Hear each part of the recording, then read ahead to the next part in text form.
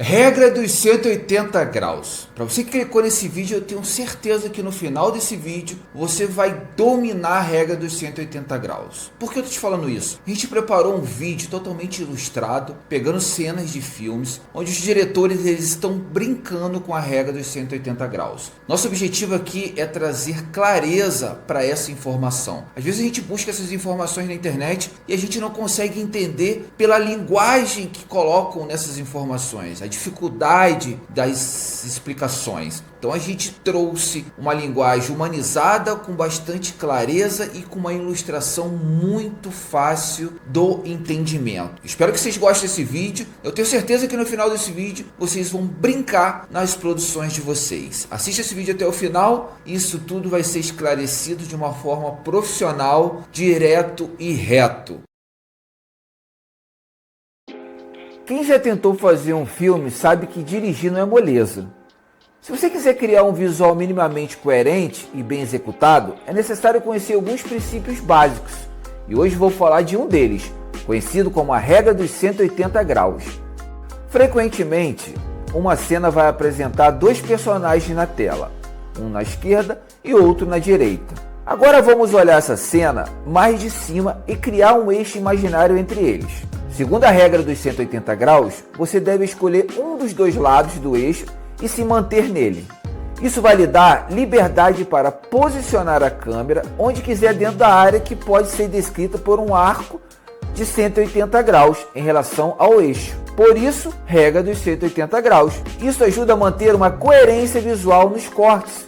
Essa regra é muito utilizada, por exemplo, em cenas de diálogo. Vamos pegar esse momento do filme Cidadão Kane. Primeiro a gente tem um plano mais aberto, mostrando onde essa cena vai acontecer, que nos indica onde cada personagem está posicionado nesse plano de visão. E a partir daqui a gente vai ter uma sequência de planos e contraplanos. Observe bem que ela sempre olha para a esquerda e ele sempre olha para a direita, com a câmera do mesmo lado. Como seria a quebra dessas regras? Seria fazer uma das câmeras irem para o outro lado, por exemplo, deixar uma câmera deste lado e fazer um corte neste ângulo com a câmera do outro lado. Se isso acontecer, os personagens vão inverter esses lugares na tela no segundo plano, o que pode causar uma desorientação espacial momentânea no público. Vamos brincar um pouco com essa cena aqui?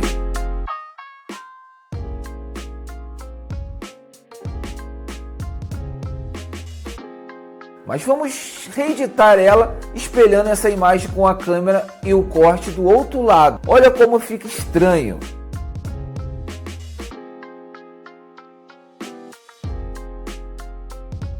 Viu como perdemos a coerência espacial entre os cortes, já que ambos os personagens estão olhando para o mesmo sentido? Isso não faz sentido, por isso manter a regra dos 180 graus. Mas então, como você pode fazer os personagens trocarem de lugar na tela sem causar uma sensação de estranhamento? Simples, fazendo a câmera rotacionar no mesmo eixo sem corte de um lado para o outro, porque assim você deixa o público se reorientar no espaço. É claro que a situação vai ficando mais complexa à medida que você aumenta o número de personagens na tela. Por exemplo, como respeitar essa regra numa cena com 3 personagens? Para responder isso, vamos a esse trecho de Seven, os 7 crimes capitais de David Fincher. Aqui temos 3 personagens numa formação triangular, então são 3 eixos de ação diferentes. Quando o foco estiver no eixo 1, a câmera vai se posicionar deste lado, com o capitão olhando para a esquerda e Morgan Freeman olhando para a direita. Em seguida, quando o foco mudar para o eixo 2, a câmera vai passar para esse lado, o que mantém a coerência espacial, já que Morgan Freeman continuou olhando para a direita.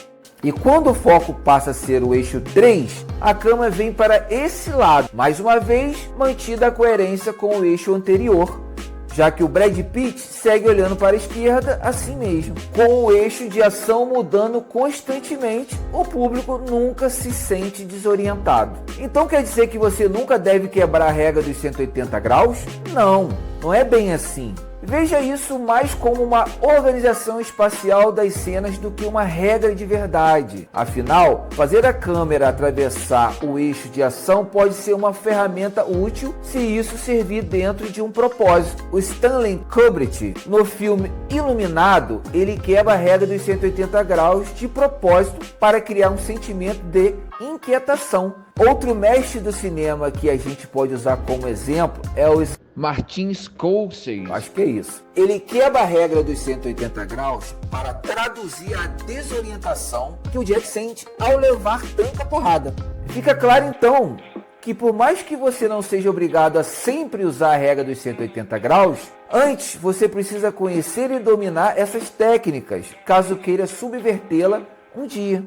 E sabendo disso, você já pode dar o primeiro passo para criar uma história bem executada visualmente. Espero que vocês tenham curtido esse vídeo. O objetivo foi trazer clareza para nós do audiovisual que buscamos algumas informações na internet e encontramos uma linguagem com muita dificuldade, com muita técnica na hora de passar a informação, que dificulta aquele videomaker que está iniciando, que precisa de clareza, que precisa do famoso menos é mais. Aqui no @RecNaveia você vai encontrar todas as informações direto e reto, de uma forma profissional, que vai sempre esclarecer as suas dificuldades e as suas dúvidas. E caso você tenha dúvidas, deixe um comentário, a gente vai ter o prazer de esclarecer e tirar todas as suas dúvidas. Nosso objetivo aqui é deixar você profissional com uma linguagem humanizada e de forma simples e original.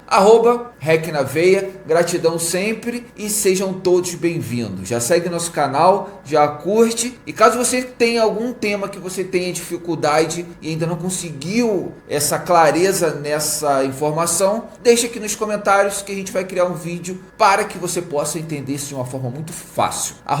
@RecNaveia.